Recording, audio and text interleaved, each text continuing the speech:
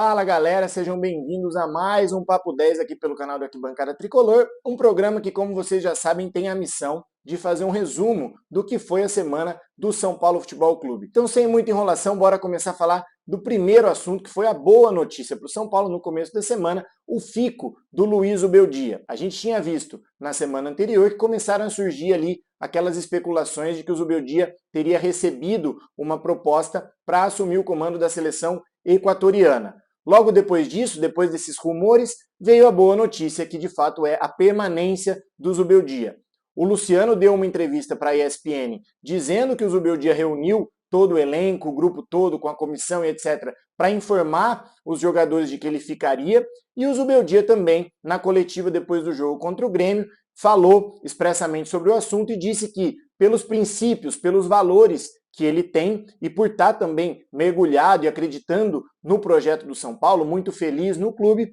ele não trocaria agora o trabalho, né, em andamento pelo convite da seleção do Equador. Eu acho que isso é uma postura que a gente tem que valorizar muito, porque todo São Paulino sabe que num histórico recente a gente perdeu o Osório para a seleção mexicana, o Bausa para a seleção argentina e o próprio Dorival agora, menos de 6 meses atrás, para a seleção brasileira. Então a gente tem que reconhecer e valorizar essa recusa do Zubeldia em relação ao convite da seleção do Equador, tendo escolhido permanecer no São Paulo. O Zubeldia chegou nessa semana contra o Grêmio ao seu 20º jogo, então a gente percebe, a gente traz os números aí dos 20 jogos do Zubeldia, inclusive em comparação com os 18 que o Carpini teve à frente do São Paulo, então a gente vê que são números muito positivos, né? São 13 vitórias, 4 empates e somente 3 derrotas nesse recorte de 20 jogos, ainda é começo de trabalho, mas são números muito positivos. E fazendo um comparativo com os outros times aqui do estado de São Paulo,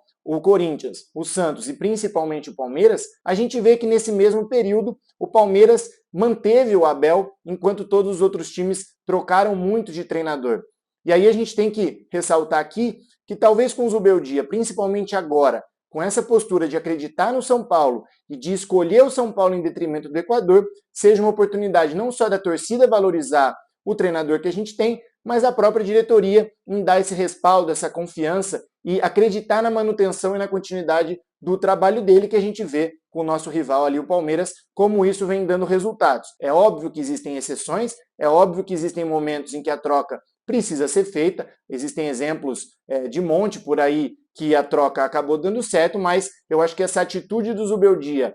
junto com os números, os resultados que ele está trazendo, fazem a gente acreditar e valorizar que talvez ele possa ser mantido aí a médio e longo prazo, e isso dá uma consistência, uma solidez para o trabalho dele no São Paulo. Bom, e se a gente está falando dos 20 jogos do Zubeldia no comando do São Paulo, a gente entra então no nosso segundo assunto, que é justamente a análise do jogo entre São Paulo e Grêmio, que aconteceu no Morumbi na última quarta-feira. O São Paulo mais uma vez começou muito bem a partida, conseguiu abrir o placar ali logo cedo com 10, 11 minutos, e estava se desenhando um jogo bastante atípico até para a competitividade que geralmente tem no Campeonato Brasileiro, né? O São Paulo controlando o jogo até com bastante facilidade, o Grêmio não pressionava, não conseguia recuperar a bola, e acho que ali mais uma vez, assim como a gente já viu em alguns outros jogos anteriores, contra Corinthians, contra Galo, contra o Vasco, São Paulo mesmo com alguma vantagem e controlando o jogo, não conseguiu acelerar, né, a partida ali para fazer um placar mais confortável. Considerando que do outro lado tem um grande rival, né, um grande adversário, né, o Campeonato Brasileiro é de fato muito equilibrado e muito competitivo, os próprios erros e a própria postura do São Paulo de controlar o jogo, mas não matar, acabaram recolocando o Grêmio na partida. E aí já no final do primeiro tempo, a gente viu um Grêmio produzindo um pouco mais, chegando mais no gol do São Paulo, perdendo algumas chances claras, e a gente acabou indo para o intervalo ainda com a vantagem no placar, muito mais por sorte do que por juízo. No segundo tempo, na volta para o intervalo, esse roteiro se repetiu, o Grêmio voltou com muito mais apetite, o São Paulo ainda um pouco perdido, o Grêmio acabou também desperdiçando assim várias chances claras, algumas por sorte, outras por competência do próprio Rafael, e ali enquanto o São Paulo ainda estava nessa corda bamba, infelizmente veio a lesão grave ali do Alisson, né? A fratura que ele teve vai tirá-lo de campo provavelmente até o final da temporada, uma recuperação bastante delicada e complexa. A gente, inclusive, aqui manda nossas forças aí para o Alisson, que ele tenha uma boa recuperação. E aí o São Paulo, nesse momento em que o Alisson teve a lesão,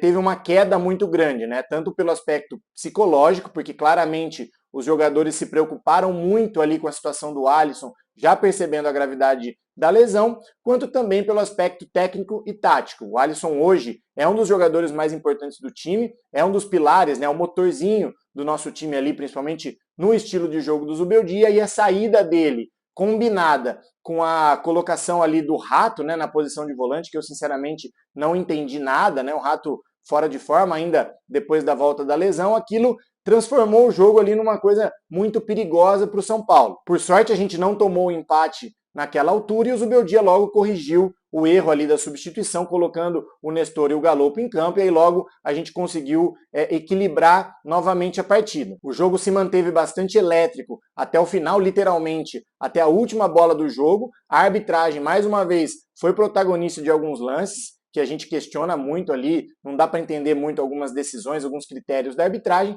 mas o fato é que o São Paulo, apesar de tudo isso e todas essas circunstâncias, muito empurrado pela torcida, mais de 50 mil pessoas de novo no Morumbi, conseguiu no gogó ali garantir a vitória, mais 3 pontos que são importantes para o time se manter na parte de cima da tabela. A gente volta para o G4 do Campeonato Brasileiro. Bom, falando um pouco da lesão do Alisson, que claramente ela vai ser muito sentida, isso abre a oportunidade de a gente falar um pouco sobre a janela de contratações do São Paulo para esse segundo semestre. O calendário brasileiro vai entrar numa fase ainda mais aguda, porque tem os mata-matas da Copa do Brasil e da Libertadores, o segundo turno do Campeonato Brasileiro, então vai entrar naquela sequência maluca, insana praticamente do nosso calendário, e aí a formação do elenco é muito importante para suportar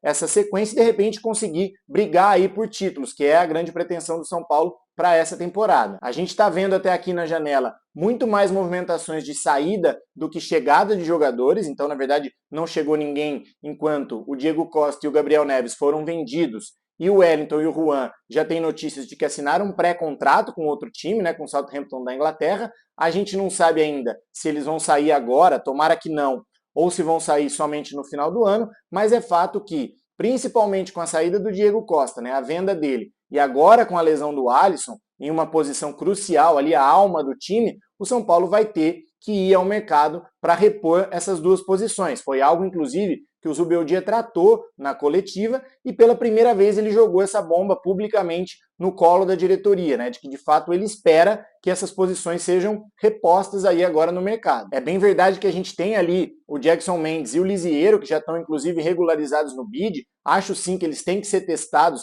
ainda mais nessa lacuna, nessa carência que a gente tem na posição, mas eu acho que se o São Paulo tem pretensões de seguir na temporada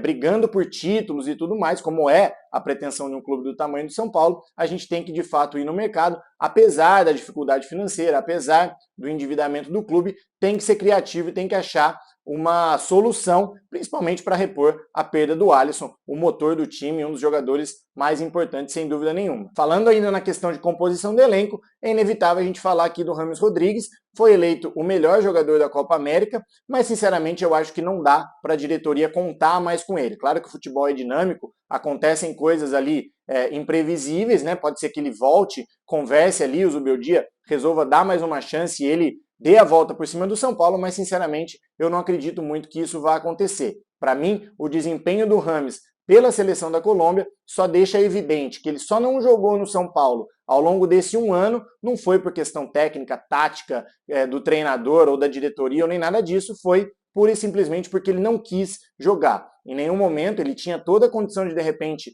virar um ídolo do São Paulo, assim como ele é na seleção da Colômbia, mas em nenhum momento ele se conectou verdadeiramente com o clube, né? Vários jogos que ele teve oportunidade, ele tinha ali uma postura de andar em campo, muito diferente do que ele fez na Copa América, perdeu 2 pênaltis, perdeu alguns gols, não quis viajar para a Supercopa junto com o elenco, depois não quis bater o pênalti contra o Novo Horizontino, pediu para sair, depois pediu para voltar, enfim. Muitas coisas em torno do Rames que para mim também são frustrantes, porque eu como torcedor gostaria de ver o Rames da Colômbia jogando no São Paulo, não há dúvida de que ele tem uma qualidade técnica muito acima da média, mas tem uma hora que a gente tem que aceitar também que não deu certo. E aí o São Paulo tem a oportunidade agora, com o rendimento dele na Copa América, de repente negociar com outro clube e minimizar um pouco o prejuízo de todo o investimento que foi feito no Rames até aqui, que tem ainda um ano de contrato. Somando tudo isso, né, ele ficou na Colômbia para fazer uma festa de aniversário lá, enquanto os outros jogadores colombianos que atuam no Brasil, como o Arias do Fluminense e o Rios do Palmeiras, voltaram antecipadamente. Então, mais um fator que comprova essa falta de comprometimento dele com o São Paulo. Claramente, ele já está com a cabeça em outro lugar. Pensando agora no futuro, o São Paulo tem já amanhã um jogo contra o Juventude. Tem que se aproveitar da oportunidade de ser, apesar de visitante no jogo, o São Paulo vai jogar em Brasília, muito provavelmente com a grande maioria de torcedores, né, do São Paulo. E aí é uma oportunidade realmente para fazer um ponto ou até conseguir a vitória lá contra o Juventude. Nesse jogo o São Paulo tem alguns desfalques importantes, tem a questão do Alisson que vai ficar muito tempo fora, o próprio Caleri saiu do jogo contra o Grêmio sentindo ali uma possível lesão na coxa, e o Igor Vinícius e o Wellington, os dois estão suspensos. Então o Zubeldia vai ter que ver como ele vai trabalhar o time, a escalação do São Paulo para esse jogo do Juventude com esses desfalques e, como eu disse, pensar principalmente no restante da temporada. Ir no mercado, fazer contratações, reposições, para que o elenco do São Paulo fique, de fato, à altura e completo, como o próprio Zubeldia está pedindo, para tudo que ainda vem pela frente. Bom, pessoal, esse foi então mais um Papo 10 aqui pelo canal do Arquibancada. Lembrando que se você não está inscrito, se inscreve aí no canal, deixa o like pra gente para fortalecer o nosso trabalho. Bom final de semana para todo mundo. Semana que vem tem mais. Tamo junto. Um abraço.